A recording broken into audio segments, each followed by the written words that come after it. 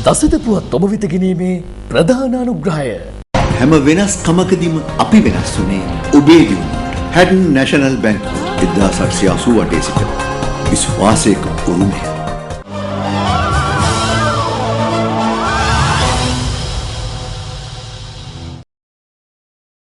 සුපුරුදු පරිදි අදත් ඔබ එකතු වී සිටින්නේ සත්‍ය නිවැරදිව ගෙනෙන දසත ප්‍රධාන පුවත් සාර සංග්‍රහය සමගින්. ප්‍රථමයෙන් අවධානය යොමු කරන්නේ අද දවසේ පුවත් සිරස් තල වෙත.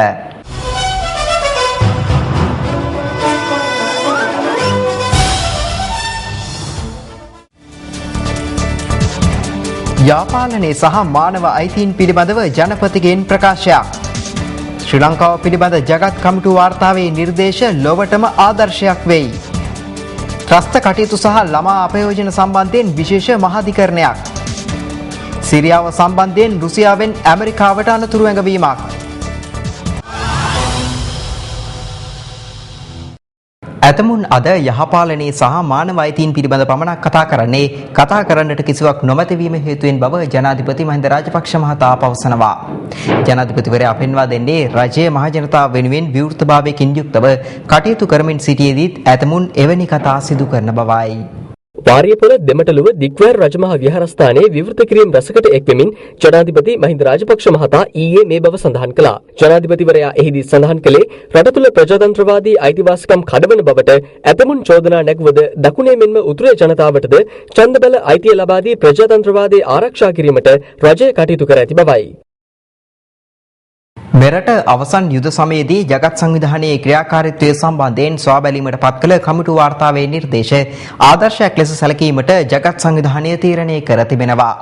ඒ අනුව එහි මහලේකම් බැංකින් මූන් මහතා සඳහන් කළේ එම වාර්තාව ලොව සෙසු රටවල අර්බුද අවස්ථාවන්හිදී ජගත් සංවිධානයේ ක්‍රියාකාරීත්වය පිළිබඳ ආදර්ශයක් ලෙස සැලකීමට තීරණය කර ඇති බවයි. මෙරට අවසන් යුද සමයේදී ජගත් සංවිධානයේ නිසි අයුරින් ක්‍රියා කර නොමැති බවට චෝදනාවක් එල්ල වුණා. එම චෝදනා පදනම් කරගනිමින් ජගත් සංවිධානයේ මෙරට ක්‍රියාකාරීත්වය සොයා බැලීම සඳහා මහලේකම්වරයා කමිටුවක්ද පත් කළා. බැංකි මූන් මහතා මේ බව ප්‍රකාශ කර ඇත්තේ එම කමිටුවේ නිර්දේශ පදනම් කරගනිමින්. මහලේකම්වරයා මේ බව කියා සිටියේ ජගත් සංවිධාන වාර්ෂික වාර්තාව එළිදැක්වීමේ අවස්ථාවට එක්වෙමින්. මෙහිදී අදහස් දැක්වූ ජගත් මහලේකම්වරයා සඳහන් කර ඇත්තේ ලොව සියලුම රටවල් මානුෂීය හා මානුෂවාදී නීතීන් පිළිපැදිය යුතු බවයි. ඒ සඳහා සියලු රටවල් ඒකාබද්ධව කටයුතු කළ යුතු බවද ජගත් සංවිධාන මහලේකම්වරයා වැඩිදුරටත් සඳහන් කළා. මේ අතර මානව හිමිකම් පිළිබඳ මහ කොමසාරිස් නවනීදන් පිල්ලේ මහත්මියගේ ශ්‍රී ලංකා සංචාරය පිළිබඳ එක්සත් ජාතීන්ගේ සංවිධානයේ මහලේකම් බැංකි මුන් මහතාගේ අවධානය යොමු තිබෙනවා. එක්සත් ජාතීන්ගේ සංවිධානයේ දෛනික මාධ්‍ය හමුවේදී නවනීදන් පිල්ලේ මහත්මියගේ ශ්‍රී ලංකා සංචාරය පිළිබඳව මාධ්‍යවේදියෙකු විසින් පැනයක් යොමු කර ඇතැයි සඳහන්.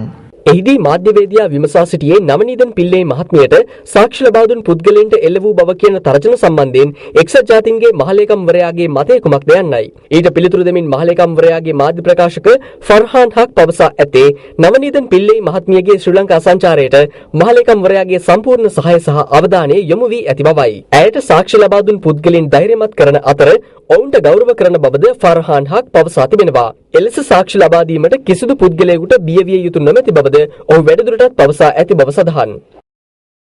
උගත් පාඩම් හා ප්‍රතිසන්ධාන කොමිසම් වාර්තාවේ නිර්දේශයන්ට අනුව ත්‍රස්තවාදී කටයුතු වලට අදාළ නඩු සහ ළමා අපයෝජන නඩු කඩනමින් විභාග කිරීමට විශේෂ මහාධිකරණයක් පිහිටුවීමට රජය තීරණය කර තිබෙනවා. ඒ අනුව මහාධිකරණ අමාත්‍යාංශ ලේකම් කම්ලනී සිල්වා මහත්මිය ප්‍රකාශ කළේ එම විශේෂ අධිකරණයේ අනුරාධපුර මහාධිකරණ සංකීර්ණ ගොඩනැගිල්ලේදී අගමනිසුරුවරයාගේ ප්‍රධානත්වයෙන් විවෘත කෙරෙන බවයි. මෙම විශේෂ මහාධිකරණයේ විනිසුරුවරුන් ලෙස කටයුතු කරන්නේ දැනට උතුරුමැද පළාත්බද සිවිල් අභියාචනා මහාධිකරණයේ විනිසුරුවරුන් ලෙස රාජකාරී කරනු ලබන නිශ්ශංක බන්දුල කරුණාරත්න සහ කේමා ස්වර්ණාධිපති යන නිලධාරීන්. ත්‍රස්තවාදී චෝදනා එල්ල වී තිබෙන LTT රඳවියන් සම්බන්ධයෙන් පැමිණිලි කඩිනමින් විභාග කර අවසන් කළ යුතු බවට උගත් පාඩම් හා ප්‍රතිසන්ධාන කොමිසම් වාර්තාව මගින් නිර්දේශ කර තිබුණා. අනුරාධපුර මහාධිකරණ සංකීර්ණයේදී මෙම විශේෂ මහාධිකරණය විවෘත කෙරෙන්නේ ඒ අනුවයි. අධිකරණ අමාත්‍යාංශයේ ලේකම්වරිය ප්‍රකාශ කළේ මීට පෙර වවුනියාව සහ මන්නාරම යන දිස්ත්‍රික්කවල මෙවැනි අධිකරණ తాවකාලිකව ස්ථාපිත කර තිබූ නමුත් ස්ථිර වශයෙන් මෙවැනි විශේෂ මහාධිකරණයක් විවෘත කෙරෙන්නේ හෙට දිනේදී බවයි. සිරියාවේ සිදුවයයි කියන රසායනික විප්‍රහාර සම්බන්ධයෙන් ශ්‍රී ලංකාව බලවත් අවධානය යොමු කර තිබෙනවා. නිවේදනයක් නිකුත් කරමින් විදේශ කටයුතු අමාත්‍යාංශය සඳහන් කරන්නේ රසායනික අවිභාවිතය සම්බන්ධයෙන් අපක්ෂපාතී හා නිවැරදි පරීක්ෂණයක් සිදු කළ යුතු බවයි.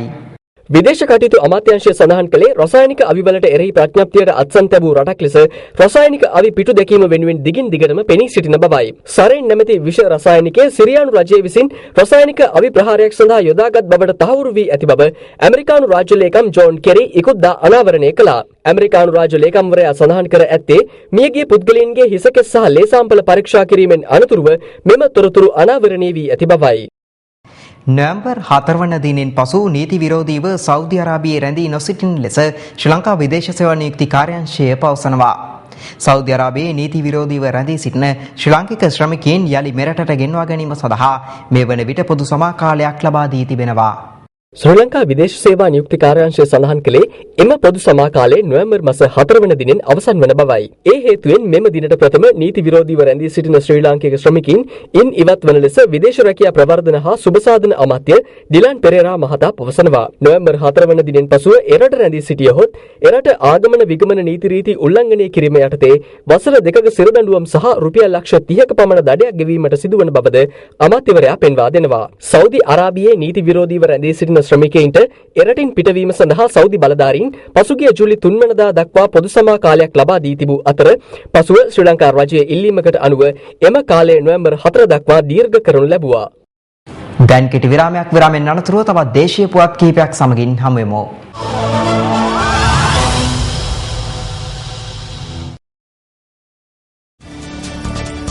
පළාත් සභා මැතිවරණ ප්‍රචණ්ඩ ක්‍රියා සම්බන්ධ පැමිණිලි ඉහළට. සතුසගින්නේ ඇත්ත හෙළිවෙයි.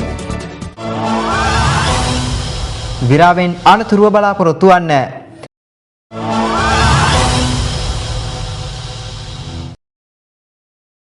විරාමෙන් අනතුරු යලිත් අවධානය දේශීය පුවත් වෙත. ආරක්ෂක අංශ පිළිබඳව ජනතාව සාක්ෂි ලබා දුන්නද එක් සුබවාදී වචනයක්වත් එක්සත් ජාතීන්ගේ වාර්තාවේ ඇතුළත්ව නොතිබුණු බව විදේශ කටයුතු අමාත්‍ය මහාචාර්ය ජේ.එල්. පීරිස් මහතා පවසනවා. හෙතෙම පෙන්වා දෙන්නේ මානව හිමිකම් පිළිබඳ ජගත් මහ කොමසාරිස්වරියට ඇතැම් පිරිස් විසින් වැරදි තොරතුරු සහ අර්ථකථන ලබා දී ඇති බවයි.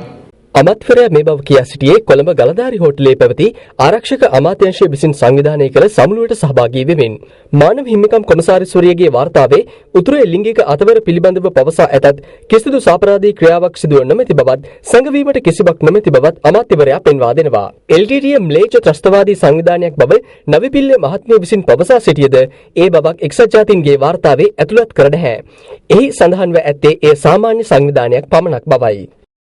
උතුරු මධ්‍යම සහ වයඹ පළාත් සභා මැතිවරණය ආශ්‍රිතව ප්‍රචණ්ඩ ක්‍රියාවලට සම්බන්ධ පුද්ගලයන් 87 දෙනෙකු අත්අඩංගුවට ගෙන තිබෙනවා.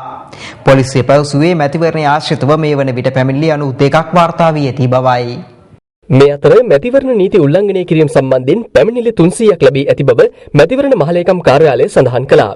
කැෆේ සංවිධානයේ විධායක අධ්‍යක්ෂ කීර්ති තෙන්නකෝන් මහතා සඳහන් කළේ මැතිවරණයේ ආශ්‍රිතව පැමිණිලි 357ක් වාර්තා වී ඇති බවයි. මැතිවරණයේ ආශ්‍රිතව පැමිණිලි 157ක් වාර්තා වී ඇති බව ජාතික මැතිවරණ නිරීක්ෂණ මධ්‍යස්ථානයේ ජාතික සම්බන්ධීකාරක නීතිඥ රසාංග හරිශ්චන්ද්‍ර මහතා සඳහන් කළා. පැෆරල් සංවිධානයේ විධායක අධ්‍යක්ෂ රෝහණ හෙට්ටිආරච්චි මහතා පැවසුවේ මැතිවරණයේ ආශ්‍රිතව පැමිණිලි 289 වාර්තා වී ඇති බවයි. මේ අතර මෙවර පළාත් සභා මැතිවරණයට ඉදිරිපත්ව සිටින අපේක්ෂකයින් රජයේ නිලධාරීන් සහ සේවකයින් 1600කට අධික පිරිසක් සිය මැතිවරණ ප්‍රචාරක කටයුතු සඳහා ඍජුව හෝ අනියම් අයුරින් යොදවාගෙන ඇතැයි ට්‍රාන්ස්පරන්සි ඉන්ටර්නැෂනල් ශ්‍රී ලංකා ආයතනය පවසනවා. නිවේදනයක් නිකුත් කරමින් එම ආයතනය පෙන්වා දෙන්නේ විවිධ රැස්වීම් සහ උත්සව ස්වරූපයෙන් රාජ්‍ය සේවකයින් කැඳවා ඔවුන් සිය ප්‍රචාරණ කටයුතු සම්බන්ධයෙන් දැනුවත් කරනු හා මැතිවරණ ප්‍රචාරක කටයුතු සඳහා යොදා ගන්නා බව තමන් නිරීක්ෂණය කර ඇති බවයි. ශ්‍රී ලංකාව සහ ඕස්ට්‍රේලියාව අතර ඇති වී තිබෙන ප්‍රශ්නය සරණාගතීන් පිළිබඳ ගැටලුවක් නොවන බව ඕස්ට්‍රේලියානු ලිබරල් පක්ෂය පවසනවා. එහි පාර්ලිමේන්තු මන්ත්‍රී ජෝන් ඇලෙක්සැන්ඩර් මහතා පෙන්වා දෙන්නේ මෙය ජාවාරම් ව්‍යාපාරයක් ලෙස සිදු කරන සංවිධානාත්මක පිරිස් විසින් ඇති කළ ගැටලුවක් වන බවයි. ලිබරල් පක්ෂය ඒ දැඩිව විශ්වාස කරන බව ජෝන් ඇලෙක්සැන්ඩර් මහතා සඳහන් කළා. ඔහු අවධාරණය කළේ තමන් තේරීපත් වුවහොත් තම සන්ධානය සැලසුම් කර ඇති පරිදි නීත්‍යානුකූල නොවන ලෙස ඕස්ට්‍රේලියාවට ඇතුල්වීම වැළැක්වීම සඳහා සැලසුම් ඉදිරිපත් කරන බවයි. ඒ අනුව ඕස්ට්‍රේලියානු ලිබරල් පක්ෂය විසින් ඉන්දියාව, ශ්‍රී ලංකාව සහ මලයසියාව යන රටවලින් සිදුවන අනවසර ඇතුල්වීම නවතාලීම සඳහා ඩොලර් මිලියන 67ක් යොදවීමට අපේක්ෂා කරන බව ඔහු සඳහන් කළා. පසුගිය ජූලි මාස 31 වෙනිදා අලුයම කොළඹ වොක්ෂෝල් වීදියේ සත්සව ගොඩනැගිල්ලේ 7 වන මහලේ ඇති වූ ගින්නට හේතුව ගිනි තැබීමක් බව රස පරීක්ෂක වාර්තා මගින් අනාවරණය කර තිබෙනවා. වහා ගිනි ඇවිලෙන සුළු ද්‍රව්‍යයක් කිසීමෙන් ගිනි තැබීමක් සිදු කර ඇති බව රස පරීක්ෂක වාර්තාවේ සඳහන්. මේ සම්බන්ධයෙන් පොලිස් මාධ්‍ය ප්‍රකාශක පොලිස් අධිකාරී බුද්ධික සිරිවර්ධන මහතා ප්‍රකාශ කළේ සතොස ගොඩනැගිල්ලේ ඇති වූ ගින්න ගිනි තැබීමක් බවට තොරතුරු ලැබී ඇති බවයි. ඒ සම්බන්ධයෙන් වන රස පරීක්ෂක වාර්තාවේ පිටපතක් කොම්පඤ්ඤ වීදියේ පොලිසියට ලැබී ඇති අතර එය තමා වෙත යොමු කරන ලෙස පොලිසියට උපදෙස් ලබා දුන් බවද පොලිස් මාධ්‍ය ප්‍රකාශකවරයා කියා සිටියා. පසුගිය ජූලි 31 වෙනිදා අලුයම සතොස මහලේකම් කාර්යාලයේ 7 වන මහලේ ඇති වූ මෙම ගින්නෙන් රුපියල් කෝටියකට අධික අලාභයක් සිදු වුණා. ඊට අමතරව වැදගත් ලිපි ලේඛන රසක් ගිනිගෙන විනාශ වූ බවට තොරතුරු වාර්තා වුණා. මද්‍රව්‍ය වලට ඇබ්බැහි වී සිරදඬුවම් ලබන පුද්ගලයන් පුනරුත්ථාපනය කිරීමේ වැඩපිළිවෙල තුළින් බන්ධනාගාරවල පවතින තදබදය අවම කිරීමට බලාපොරොත්තු වන බව බන්ධනාගාර දෙපාර්තමේන්තුව පවසනවා. බන්ධනාගාර දෙපාර්තමේන්තුව සඳහන් කරන්නේ මේ වන විට මෙරට බන්ධනාගාරගතව සිටින රැඳවියන්ගේ 65%කට අධික ප්‍රමාණයක් මද්‍රව්‍ය සම්බන්ධයෙන් වැරදිකරුවන් වූ පුද්ගලයන් බවයි. මද්‍රව්‍ය වලට ඇබ්බැහි වී සිරදඬුවම් ලබන රැඳවියන් පුනරුත්ථාපනය කිරීමේ කටයුතු ආරම්භ වුණේ පසුගිය මාසයේදී. පොළොන්නරුව කාදකඩුව පුනරුත්ථාපන මධ්‍යස්ථානයේදී සිදුවන මෙම වැඩසටහන සඳහා මේ වන විට රැඳවියන් 75 දෙනෙකු පමණ යොමු කර ඇති බව බන්ධනාගාර කොමසාරිස් ජෙනරාල් චන්ද්‍රරත්න පල්ලේගම මහතා සඳහන් කළා. බන්ධනාගාර කොමසාරිස්වරයා කියා සිටියේ ඔවුන් මාස 6ක කාලයක් තුළදී පුනරුත්ථාපනය කර සමාජගත කිරීමට බලාපොරොත්තු වන බවයි. තවත් LTT සමාජිකයින් පිරිසක් සමාජගත කිරීමට රජය පියවරගෙන තිබෙනවා. පුනරුත්ථාපන කොමසාරිස් ජෙනරාල් කාර්යාංශය සඳහන් කරේ ඒ යටතේ පුනරුත්ථාපන වූ LTT සමාජිකයින් 108 දෙනෙකු සමාජගත කරන බවයි. මෙම මස 9 වන දින වවුනියාව සංස්කෘතික ශාලාවේදී මීට අදාළ උත්සවය පැවැත්වෙනු ඇති. මානුෂීය මෙහෙයුමේ අවසන් කාලයේදී LTT සැකකරුවන් 12000ක් පමණ රජයට බාර වුණා. මේ වන විට පුද්ගලයන් 11651 දෙනෙකු සමාජගත කර ඇති බව පුනරුත්ථාපන කොමසාරිස් ජෙනරාල් කාර්යාංශය අනාවරණය කළා. ඒ අනුව තවත් LTT සමාජිකයින් 241 දෙනෙකු පුනරුත්ථාපනය ලැබමින් සිටින බවද එහි බලධාරීන් වැඩිදුරටත් සඳහන් කළා. දැන් කෙටි විරාමයක් විරාමෙන් අනතුරුව තවත් දේශීය පුවත් බලාපොරොත්තු වන්න.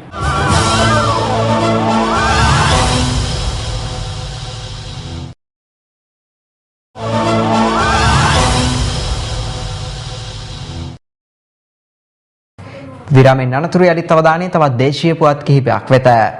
ශ්‍රී ලංකාවේ පැවැත්වෙන පොදු රාජ්‍ය මණ්ඩලයේ රාජ්‍ය නායක සමුළුව සඳහා බ්‍රිතාන්‍ය අග්‍රාමාත්‍ය ඩේවිඩ් කැමරන් මහතාගේ සහභාගීත්වය ස්ථිර බව බ්‍රිතාන්‍ය රජය පවසනවා.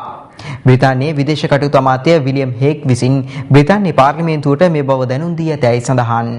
තමා සහ අගමැතිවරයා ඇතුළු නියෝජිත කණ්ඩායමක් ශ්‍රී ලංකාවේ පැවැත්වෙන පොදු රාජ්‍ය මණ්ඩලයේ රාජ්‍ය නායක සමුළුවට සහභාගී වන බව බ්‍රිතාන්‍ය විදේශ කටයුතු අමාත්‍යවරයා පවසා තිබෙනවා. විලියම් හේග් මහතා මේ බව සඳහන් කළේ බ්‍රිතාන්‍ය පාර්ලිමේන්තුවේදී නැගුණු පැනයකට පිළිතුරු ලබා දෙමින්. ශ්‍රී ලංකාවේ මානව හිමිකම් සම්බන්ධයෙන් මෙන්ම මාධ්‍ය නිදහස සම්බන්ධයෙන් අවධානයෙන් පසුවන බව බ්‍රිතාන්‍ය විදේශ කටයුතු අමාත්‍යවරයා මෙහිදී දැනුම් දී තිබෙනවා.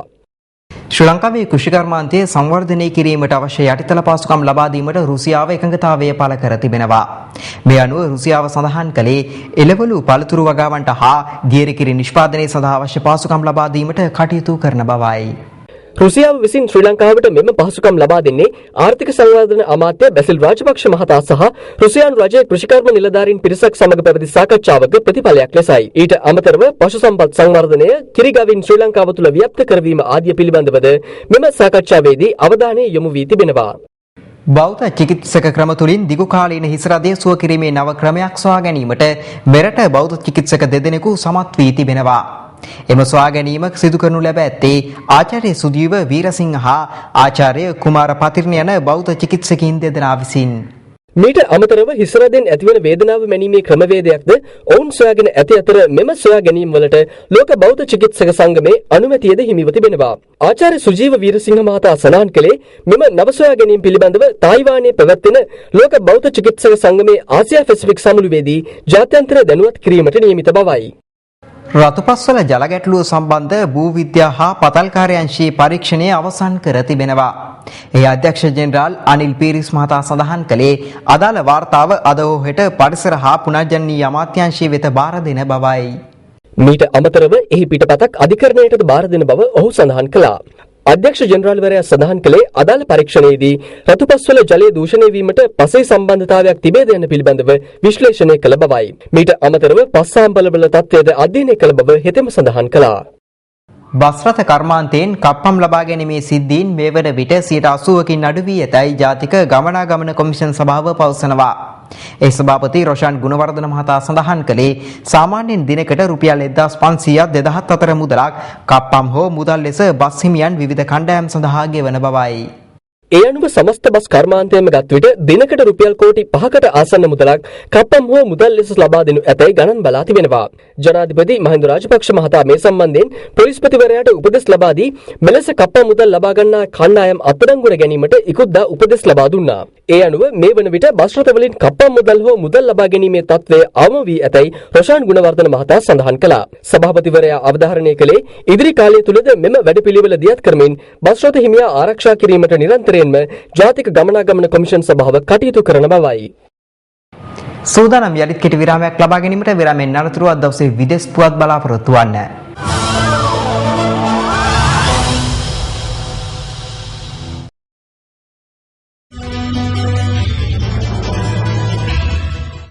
විරාමයෙන් අනතුරුව දැන් අවධානය අද දවසේ විදේශ පුවත් වෙත.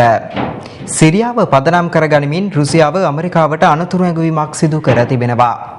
රුසියානු ජනාධිපති ව්ලාඩිමීර් පුටින් කියා සිටී එක්සත් ජාතීන්ගේ සංවිධානයේ අනුමැතියකින් තොරව යුදමය ක්‍රියාමාර්ග ගතහොත් එය දරුණු තීරණයක් වනු ඇති බවයි.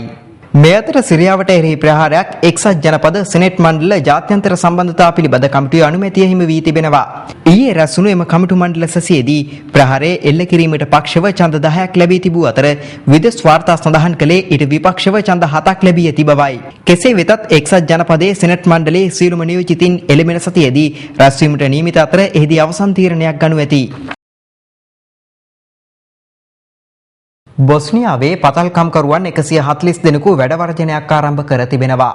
මීටර් 250ක් ගැඹුරින් යුත් පතලක් තුල ඔවුන් මෙම වැඩ වර්ජනයේ දියත් කර ඇත්තේ වැටුප් ගැටලුවක් මුල් කරගනිමින්. ගැටලුවට පිළියම් සෙවීම සඳහා පිටතට පැමිණෙන ලෙස බලධාරීන් ඔවුන්ට දැනුම් දුන්නද කම්කරුවන් එම එල්ලීම ප්‍රතික්ෂේප කර තිබෙනවා. වර්ජනයේ නිරත කම්කරුවන් ප්‍රකාශ කර ඇත්තේ තමන් බලහත්කාරයෙන් පතල තුලින් ඉවතට ගැනීමට උත්සාහ කළහොත් මෙම වර්ජනය මාරාන්තික උපවාසයක් බවට පරිවර්තනය කරන බවයි. Official, who they say violates an agreement with the government. The miners' trade union has long complained over pay conditions and the delayed modernisation plan. ඉරාකයේ බැග්ඩැඩ් අගනුවර ස්ථාන කිහිපයක සිදු වූ බෝම්බ පිපිරීම් සහ වෙඩි තැබීම් වලින් පුද්ගලයන් 60 දෙනෙකු මිය ගොස් තිබෙනවා. ෂියා මුස්ලිම් වරුන් බහුලව වෙසෙන ප්‍රදේශ ඉලක්ක කරගනිමින් බෝම්බ පුපුරවා ගොස් තිබෙනවා. විදේශ වාර්තා සඳහන් කළේ ඒවා මෝටර් රථවල අටවා තිබූ බවයි. පුද්ගලයන් 7 දෙනෙකු මිය ගොස් ඇත්තේ දකුණු බැග්ඩැඩ් ප්‍රදේශයේදී තුවක්කුකරුවෙකු සිදු කළ වෙඩි තැබීමකින්. දකුණු අප්‍රිකානු හිටපු ජනාධිපති නෙල්සන් මැන්ඩේලා අභාව ප්‍රාප්තියයි සලකා ඇමරිකාවේ හිටපු ජනාධිපති ජෝර්ජ් එච්.ඩබ්ලිව් බුෂ් වෙනුවෙන් ශෝක ප්‍රකාශයක් නිකුත් කිරීම සම්බන්ධයෙන් ඔහුගේ ප්‍රකාශකයා සමාව ඉල්ලා තිබෙනවා. මැන්ඩේලා රෝහලෙන් පිටව යාම පිළිබඳව වොෂින්ටන් පෝස්ට් පුවත්පතේ පළව තිබූ වාර්තාව වැරදි ලෙස වටහා ගැනීමෙන් පසු මෙම සිදුවීම හටගෙන ඇතැයි සඳහන්. ජිම් මැග්‍රඩ් නම් බුෂ්ගේ ප්‍රකාශකයා මැන්ඩලාගේ මරණය වෙනුවෙන් බුෂ්ගේ සංවේගය සඳහන් කළ කලින් සකස් කළ නිවේදනය මෙලෙස නිකුත් කර තිබෙනවා. ශ්වසන ආබාධයක් හේතු කොටගෙන තෙමසක පමණ කාලයක් රෝහල් ගතව සිටි 95 හැවිරිදි මැන්ඩලා සිය ජොහන්ස්බර්ග් නිවසට පැමිණි අතර එම පුවත වැරදි ලෙස වටහා ගැනීමෙන් සිදු වූ අත්වැරැද්දට ජිම් මැග්‍රඩ් නම් බුෂ්ගේ ප්‍රකාශකයා සියලු දෙනාගෙන්ම ඊට සමාව ඉල්ලා තිබෙනවා. හෙතෙම වැඩිදුරටත් සඳහන් කර ඇත්තේ මේ තමාගේ වරදක් මිස හිටපු ජනාධිපති බුෂ්ගේ වරදක් නොවන බවයි. We had some conversation with him, shook hands, was smiled, as you can see him. මේ විරාමෙන් අනතුරුව අදට නියමිත ක්‍රීඩා පුවත් වෙත අවධානය.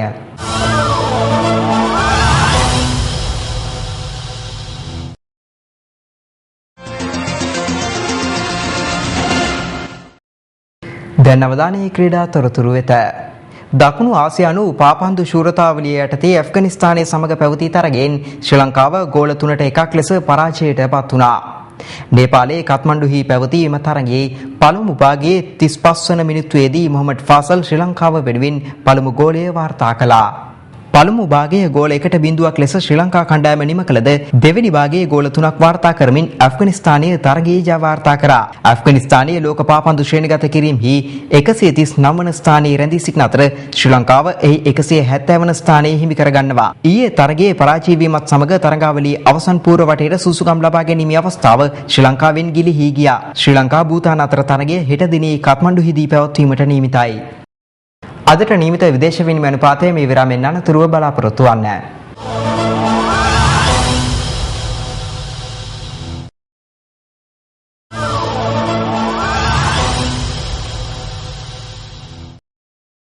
ශ්‍රී ලංකාවේ රුපියලට සාපේක්ෂව දොසේ ප්‍රකාශිත විදේශ විනිමය අනුපාතය දැන්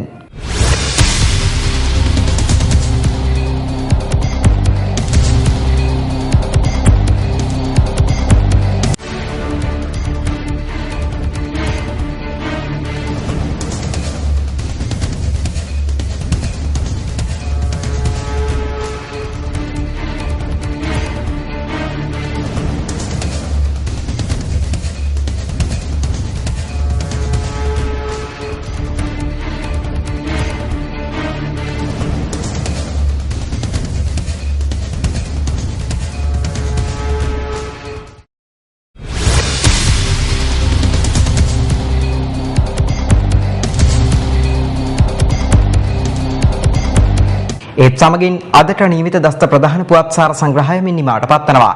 යලිත් හමුවෙම හෙට උදෑසන පුවත් ප්‍රකාශය සමගින් ඔබ සැමට ජයශ්‍රී.